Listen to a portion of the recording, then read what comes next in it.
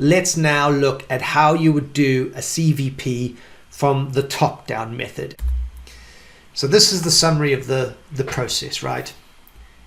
Number one, map existing players, define a working CVP. You come up with a high-level CVP. From that, you then move it into ideas for products, services, interactions, how you interact with the market. You develop and validate a product pipeline, obviously product or services pipeline.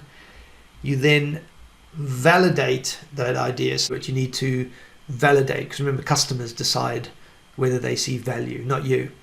So you need to validate it firstly with sales, because they work with customers. So that's the very easy one. Again, top down, this was 2 weeks. You call in some salespeople who work in that sector all the time, and you can refine it. You can go into the market as well, go and ask customers, best way to do it. And regional views, if there is a regional view. Don't forget, not every region in a country is the same, particularly in the larger countries. And if you're a global company, if you've developed this in the US and you want to go and sell it in Asia Pacific, you might need to validate it there as well, because some of the market needs might be a bit different. So you validate with sales, marketing, and regional views, and then that helps you prioritize again further. Because if you do this process and you come out with one great product or service based on it with a new CVP, that's great, fantastic. In this example, we came up with 3. But the final step is to do the business case. So there's still ideas at this point. So we go out, we validated it with sales and the markets and customers. We said, yes, there's something there.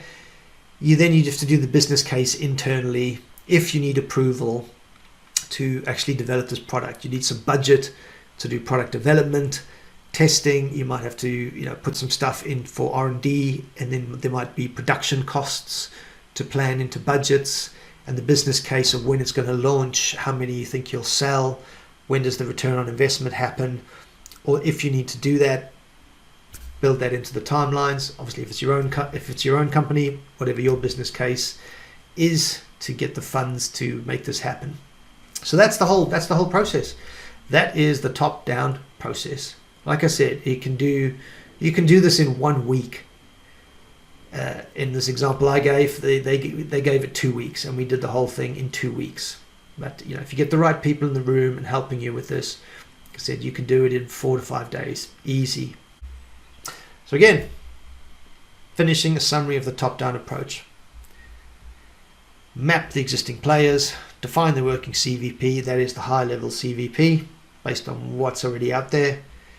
Generate this into ideas, develop and validate the product pipeline, validate the pipeline with sales, markets, customers, regional views, shrink it down to the top, whatever, 3 to 5, even 1 to 2, could just be 1.